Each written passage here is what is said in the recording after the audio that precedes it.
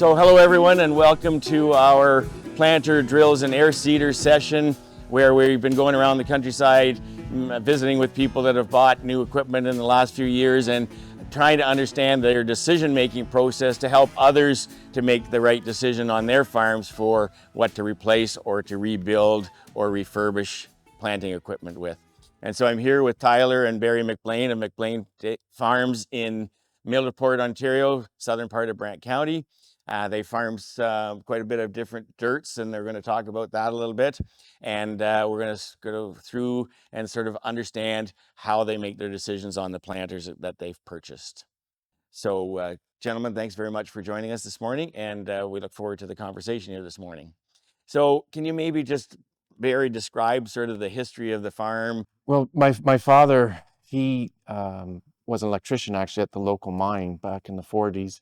And one spring day he was going to work and sun was shining. He says, I'm not going to do this the rest of my life. I'm not going to go underground the rest of my life when the sun's shining.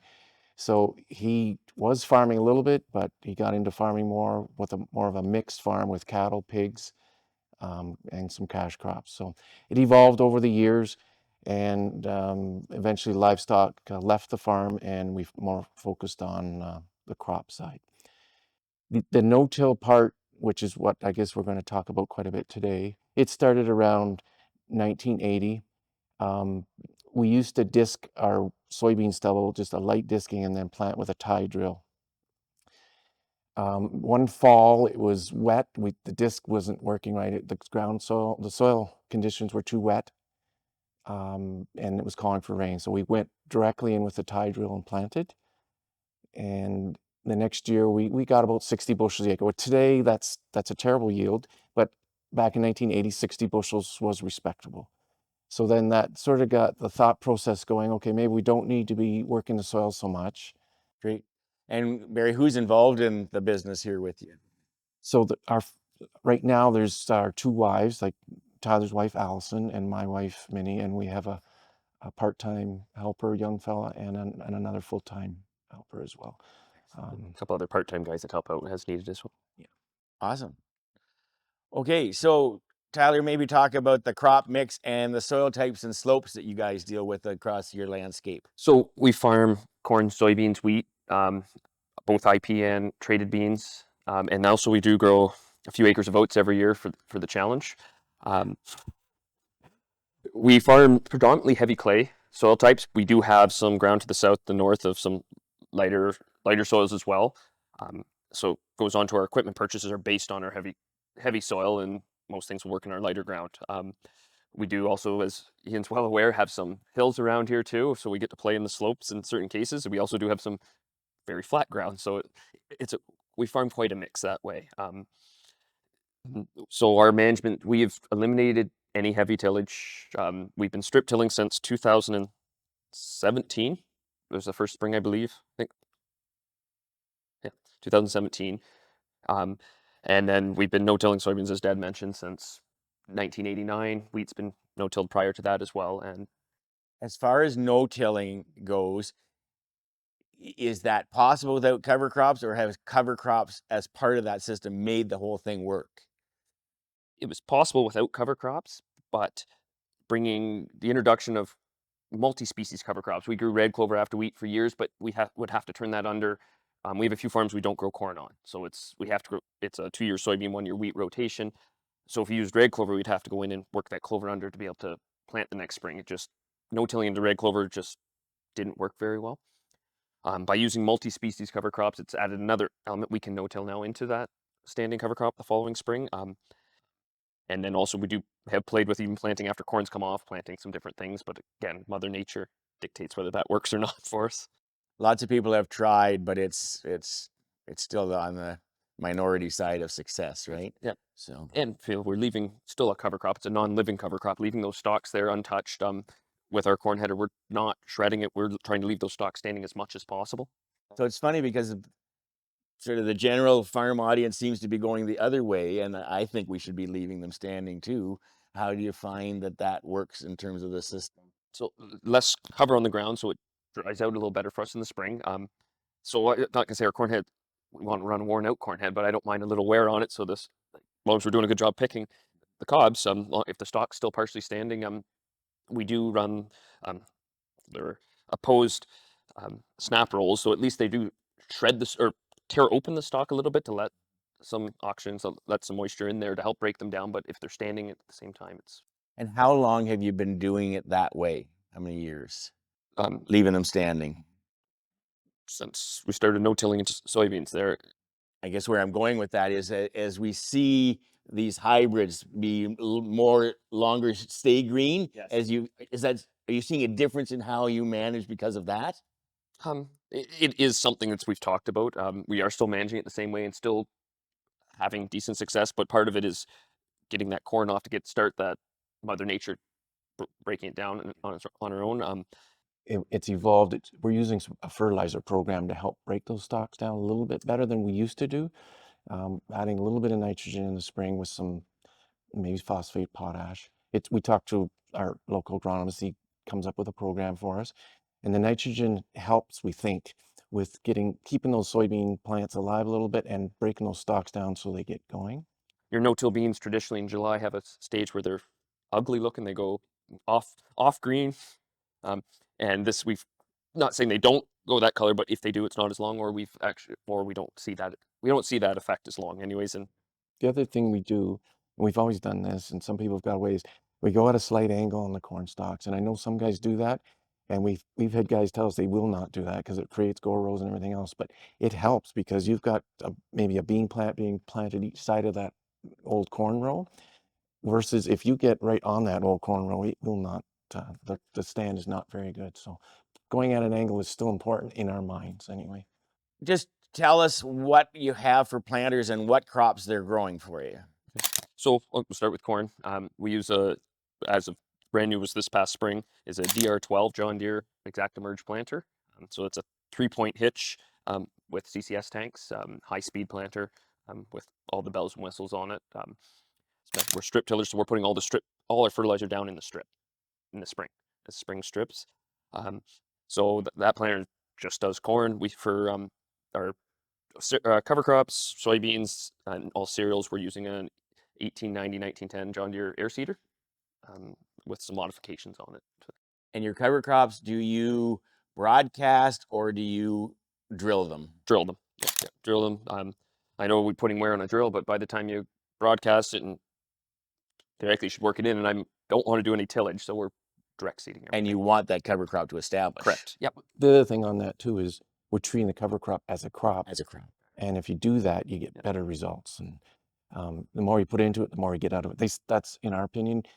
We did try we had a Salford machine, RTS, and it was 18 feet wide with the Valmont mounted on it, so we were blowing in front near just shallow incorporation, but we found the drill was more efficient, cover more acres in a day, and with that valve, or if it was dry, it needed a packer or something pulled behind it. So. And it's a one less piece of equipment that you need around the farm too. It's still sitting out back. We do.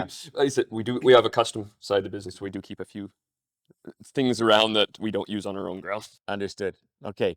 So, now it's sort of, how do you two sort of sit down together and decide, okay, that 1770 needed to go, and what are we going to replace it with? What's your sort of decision-making process? Because that's things, these are big dollar investments nowadays, and you want to make sure you're making the right decision. So what's your process for that thought, that workflow? Partly programs.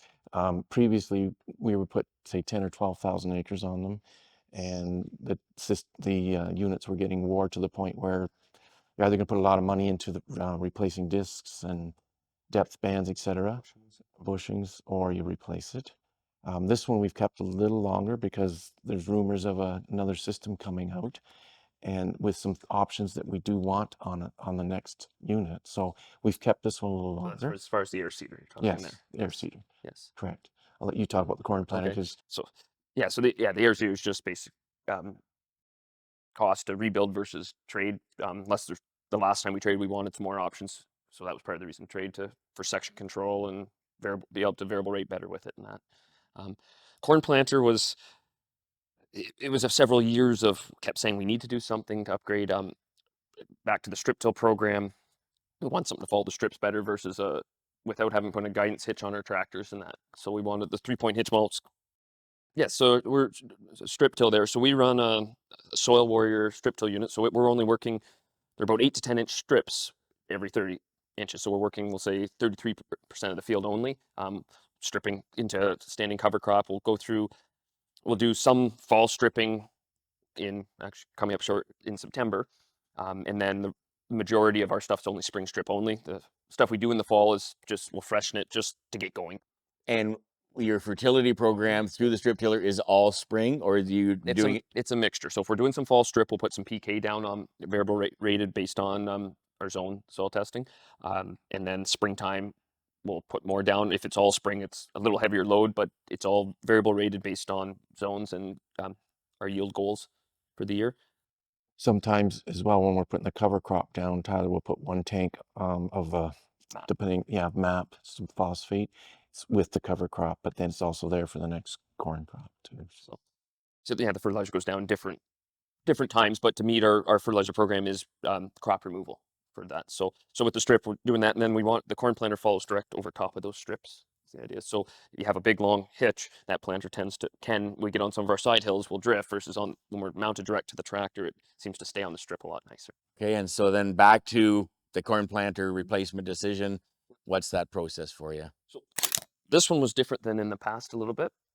One, we did want to upgrade some technology, so but the one piece of the puzzle is Dad loves planting corn. He's getting older. So loading dry fertilizer is a lot of work. We're filling quite frequently. So we wanted to make the planter more efficient. So the other option was to put a big dry cart behind a planter, but now we got a big train to pull around. The other comment on that is the dry fertilizer being taken off the corn planter. There's a lot less wear and tear on the planter because that dust that's always getting under your brackets, and it doesn't matter how well you do as far as keeping it under cover and away from rain, there's always moisture moving that dust, and it's very corrosive as far as bearings. And When you changed, you didn't change number of row units and stuff like that, so that stayed the same. But as you change a piece of equipment like a planter, which is such an essential part of the process, what else in the production system has changed as a result of that? Like, you probably have to tender it differently. Yep. So the corn planter, some things changed. You mentioned row width. We've stayed with 12 because everything else, our strip tiller's a 12 row, our corn head's a 12 row. And that was the other thing, we wanted to get more done in a day, and that's why we chose high speed.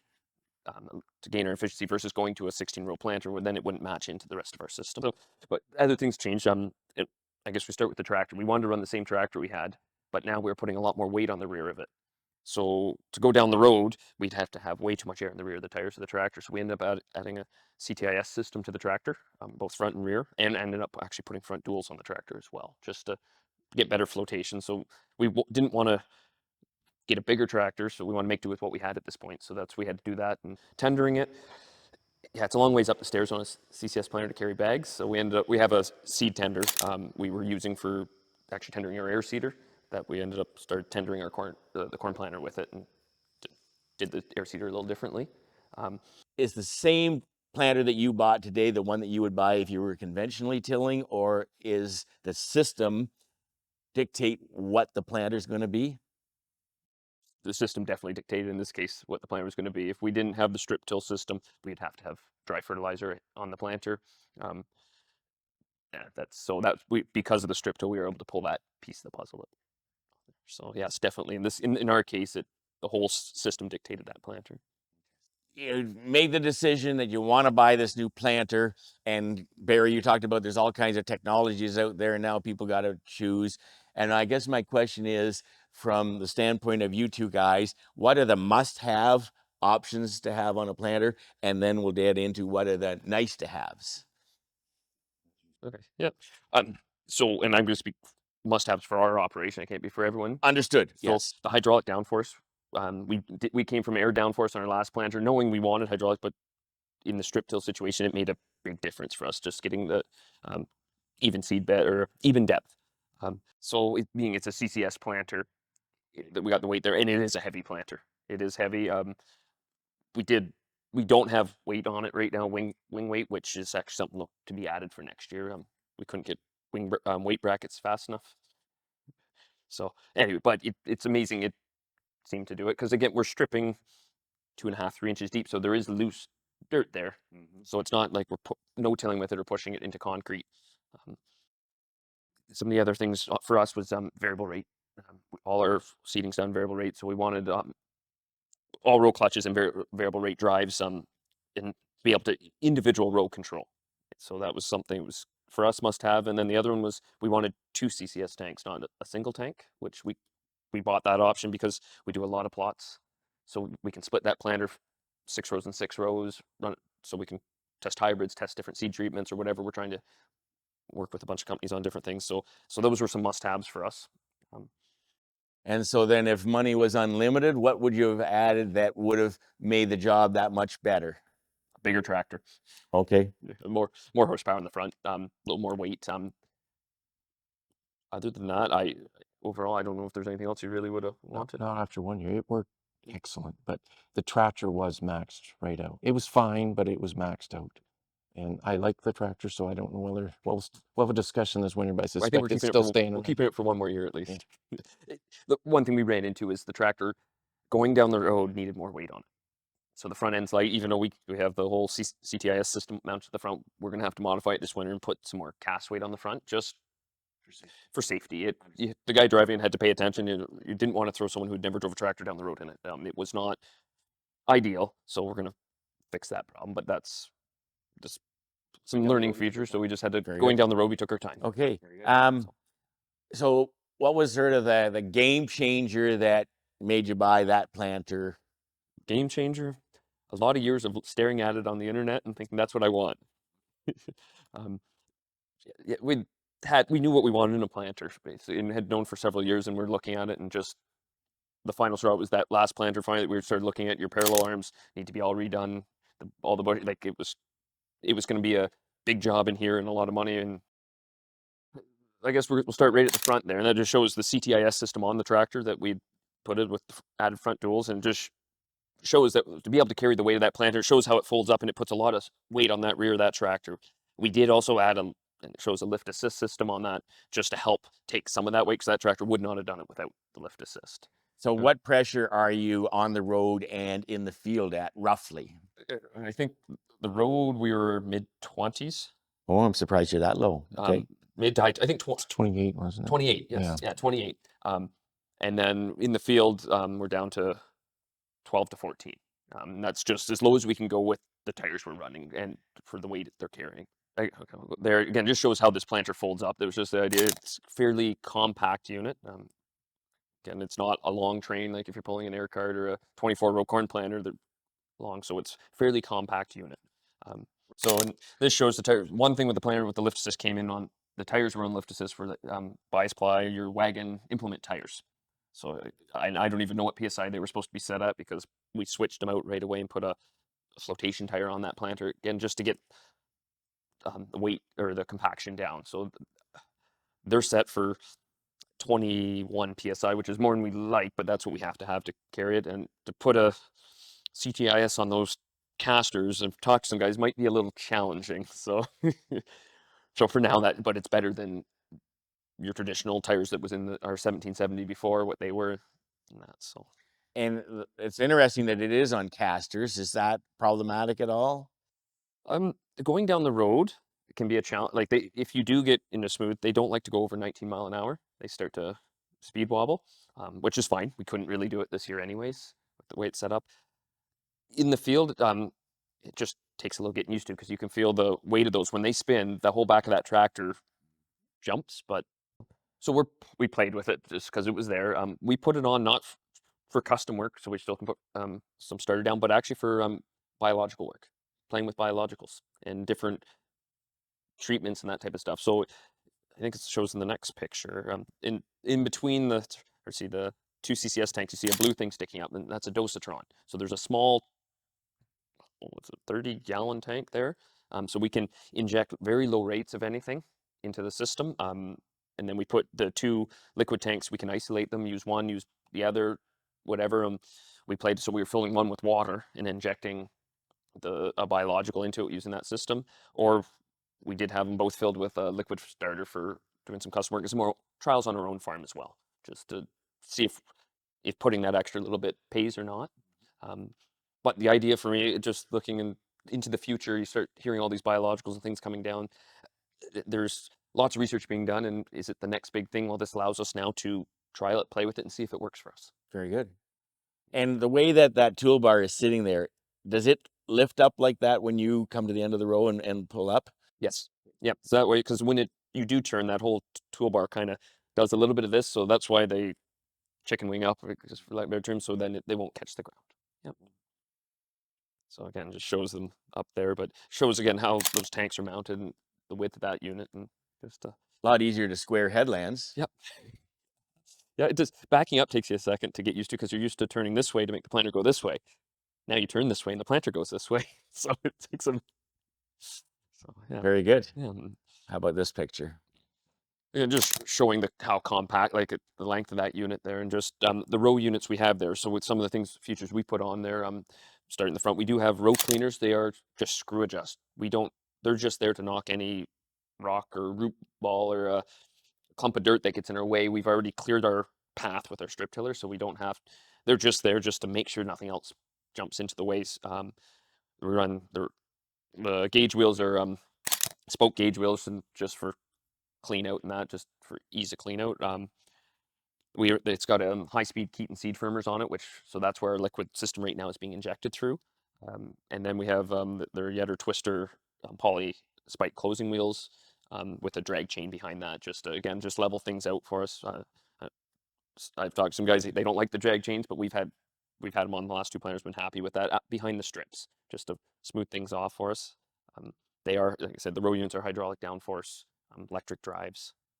It shows the side, what the row unit looks like going through the ground there. You can see the row cleaners, they're not doing too much they're not doing any tillage per se. They're just there to move anything that's in the way out there for us. So a lot of time that you won't see me even spinning. That's stripped into soybean stubble there, that picture. It's hard to see exactly what we've worked in Hemet and just the way the angle, but what we've worked is just the little band in between. You can see a few weeds sticking up. That hasn't been worked in years. Some of these farms, we haven't had a heavy piece of a tillage equipment in. So, and just there kind of shows your strips there. You can see and the whole layout of the planter there. And you really see how compact it is from this view, eh? Exactly. Yeah. That's actually a neat picture, Ian. Yeah. So yeah.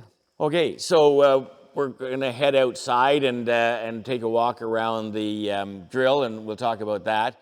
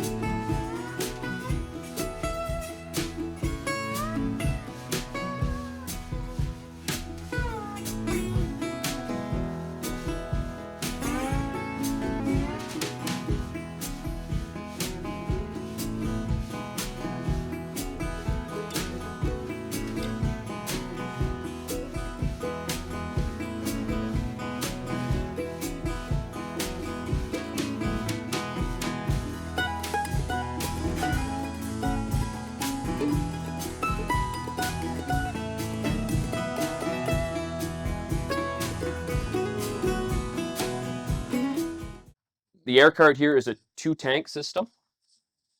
When we purchased it, we wanted 2 tanks. One, so for when we're planting wheat, we can put fertilizer in one and our wheat seed in the other. Or for cover crops, again, we can run 2 different blends. Or run oats in one, peas in the other, or buckwheat, or whatever we choose to do that day. This air cart, when we ordered it underneath here, there's clutches. So they're a hydraulic clutch. So it's a 4-section clutch. It's not perfect, but it does save on a lot of overlap.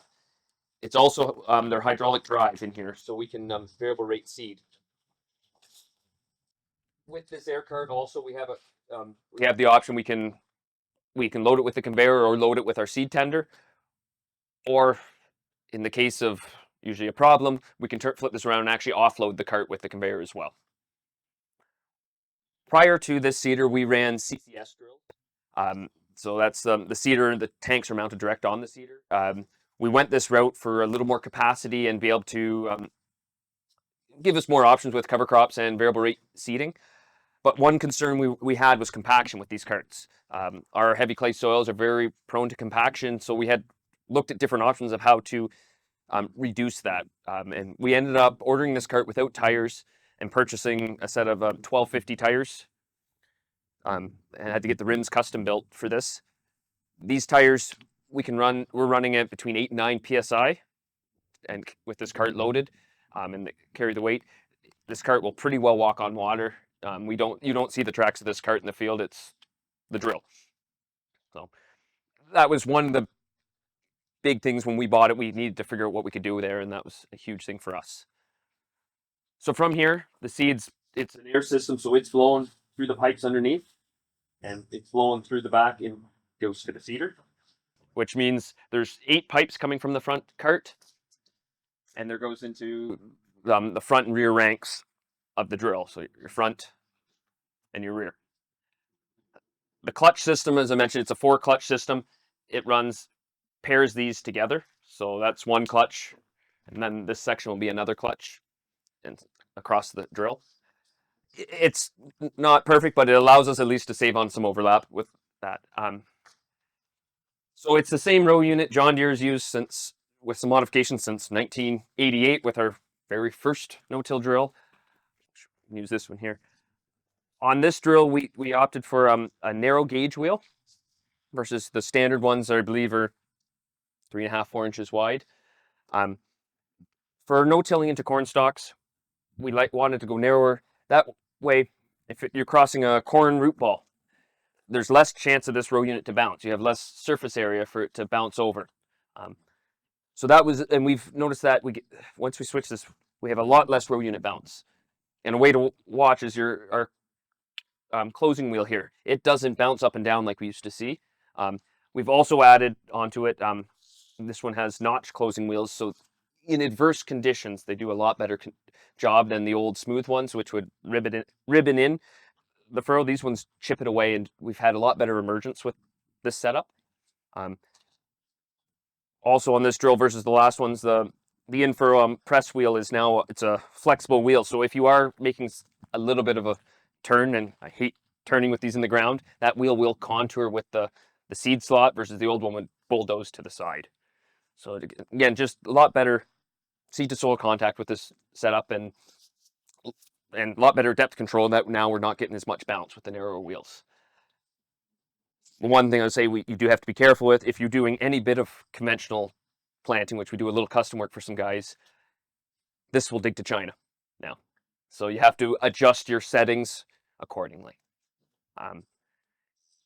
One thing we do when we run the drill, and over many years, is our downforce and no-till. We run what the John Deere book says where to run your force. We ignore it. We run a lot more downforce than what the book recommends, just to make sure we're cutting through all that residue and getting down, especially in the heavy clay soil type. It's hard sometimes, so we need a lot of pressure. So to compensate also for that pressure, we have weights on our rings. And then there's also a set of part rack in the dead center of this drill as well, underneath the Valmar there, to give us more weight on this drill to help penetrate the ground. So I mentioned the Valmar, and this is where this drill becomes somewhat unique.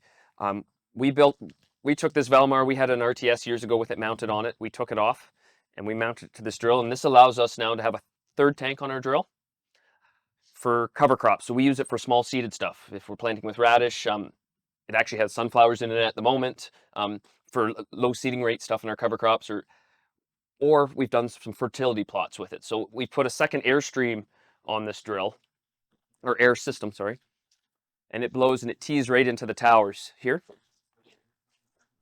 So we can run, by opening the valve, the Valmar blows into the distribution tower and goes out to the row units.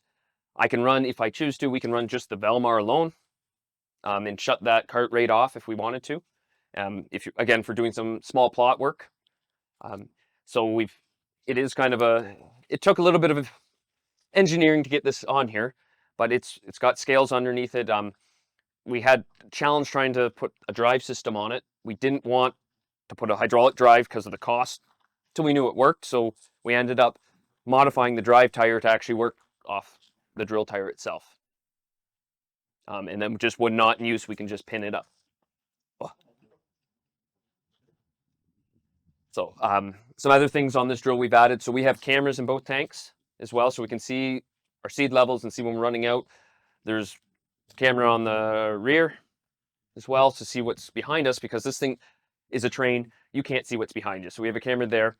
And I also have a camera mounted on the back of the air cart so I can actually see the drill. So that way, in certain conditions, we can, if you want to see if you're plugging or whatever, we get into some nasty conditions, you can see. It also, that camera shows me if this valve or everything's working right on it. We have, so it's dual purpose that way. So it's tied right into the tractor screens. They come up at all times, whenever you want. So one issue we have with this drill for compaction is the tires on the drill.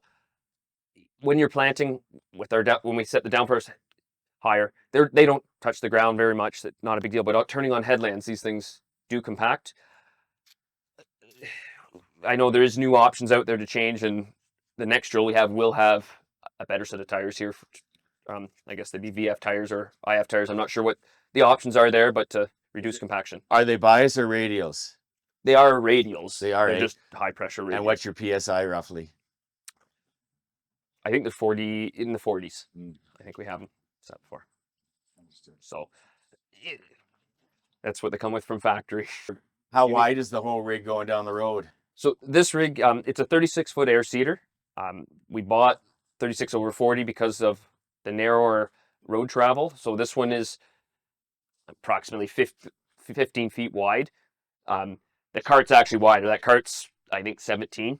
So that's our widest point. But if we went to a 40-foot, we're closing in on 19 feet wide going down the road with the drill. The one issue we ran into with this one is height. So it folds up, it's 15 feet tall. So we have put, and see on the ends here, we have wire jumpers, which we hope not to use, but we have had to use the wire jumpers a few times. There's on the front as well.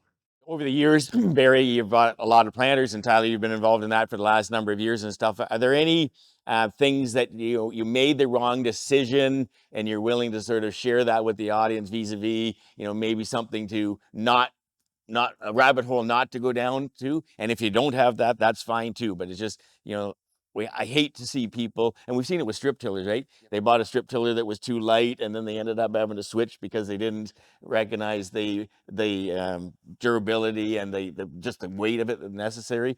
What about on the planter side of things? Anything that's out? This goes long ways back, but we did start with a coulter cart and coulters, and that system may work well on our loamier ground, but on our clay it didn't work very well. It was coming up lumpy, and we could not get a proper seed bed. So that's one thing we spent a lot of money on trying to make work, and we eventually went to another route. So in our case, staying away from the coulter cart, especially on the clay ground, and working it as minimal as possible. Having said that, I know the soil wear is coulters, but it's a little different, and it's the speed you're using as well. So that's one thing that came to mind. But the other one is fertilizer. It's so important to have starter fertilizer with. I know years ago guys got away from starter fertilizer and went either with nothing or maybe just a little liquid, but we stuck with dry fertilizer over the years, and it's important to have something there for that plant to get up. And not only from a fertilizer standpoint, from a cost standpoint, it's very effective. Put it right there. It's right where it needs to be. It's proper way of putting it environmentally, because it's right there where the plant gets it. It's not being washed away. So again, I think that's a must, is to have the starter fertilizer placed properly.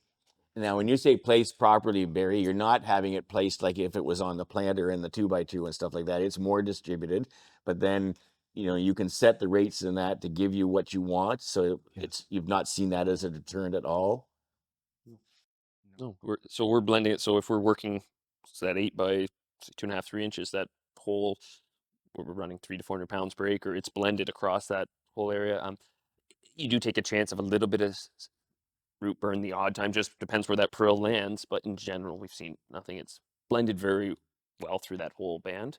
The only thing we have noticed is when you put that 2x2, that corn, when it hits it, it jumps for about 3 or 4 days, versus when we do it this way, 10 days from then, they look the same, but there's a window there about 5 days where one jumps and gets ahead briefly. Just it's found its row of candy, versus the other plant has to search a little more for it. But with that, we did experiments, like research for 2 or 3 years on it. One year there was absolutely no difference. We just went across the field, 12 rows, and there was 0 difference. Another year there was 1.4 to advantage to the 2x2.